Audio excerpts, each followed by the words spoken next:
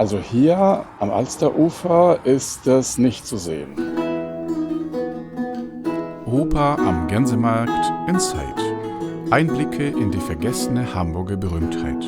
Folge 5. Auf der Suche nach dem Opernhaus am Gänsemarkt. Heute suchen wir nach dem Theater am Gänsemarkt.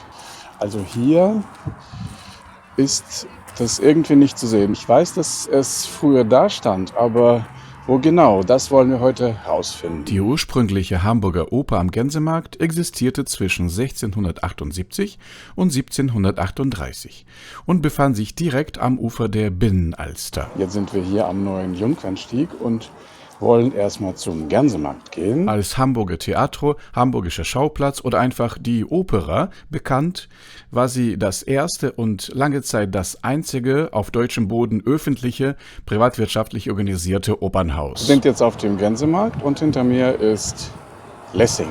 Dieses Gebiet hatte nie Marktrechte, sondern das gehörte einem Ambrosius Gosen. Vermutlich geht der Name auf einen Landbesitzer Ambrosius Gosen zurück und statt Markt hätte es Mark bzw. Gemarkung heißen sollen. Die Sachen aus dem Liegenschaftskataster oder so. Das heißt, hier sah man nie Gänse oder Markt, aber auch eine Oper hat man hier nie gesehen. Man kann, wenn man immer weiter geht und sich nicht überfahren lässt, immer weiter. Da schaut man in die Dammtorstraße. Man kann immer noch die Oper nicht sehen. Also ich gehe noch ein bisschen weiter an die äußerste Spitze des Gänsemarktes und versuche eine Position zu finden, von wo man die Staatsoper sehen kann. Das ist nämlich hier. Da kann man schon in die Dammtorstraße schauen und eine kleine Ecke der Staatsoper sehen. Die Staatsoper hieß früher Neues Komödienhaus, Schauspielhaus oder Stadttheater. Das erste Gebäude wurde vor knapp 200 Jahren hier in der Dammtorstraße gebaut und die Geschichte der heutigen Staatsoper ist eine ganz andere.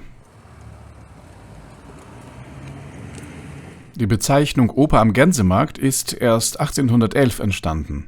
Damals stand Hamburg unter Napoleons Besatzung und statt Deutsches Theater musste das Haus Theater am Gänsemarkt genannt werden, damit es nicht zu patriotisch klingt.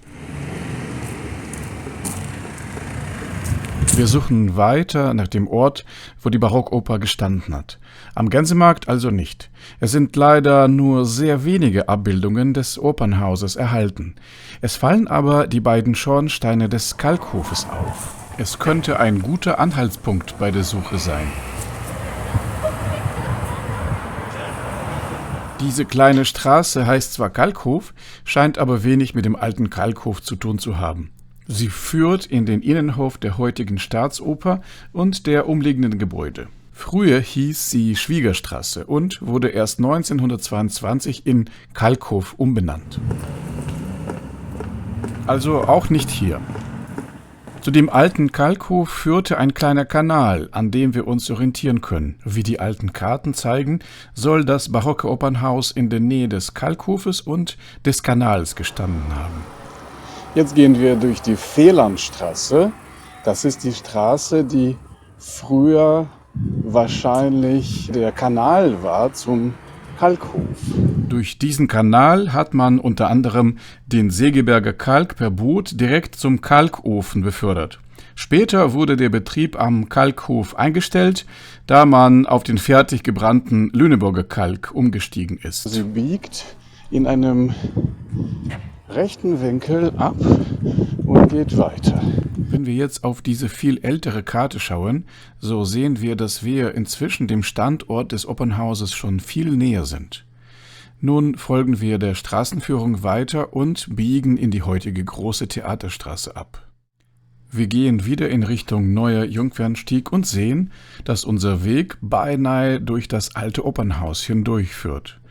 Und wenn wir den etwas genaueren Karten aus dem 19. Jahrhundert vertrauen, nehmen wir mal an, dass der sogenannte Opernhof sich genau auf der Stelle befand, wo früher das erste öffentliche Opernhaus Deutschlands gestanden hatte, so können wir mit ziemlicher Sicherheit sagen, wo dieser Standort heute ist. Einen schönen Tag heute an der Alster. Hat Ihnen unser Video gefallen? Dann lassen Sie es viral gehen, indem Sie ihm ein Gefällt mir geben und es Ihren Freunden und Bekannten empfehlen. Bis bald!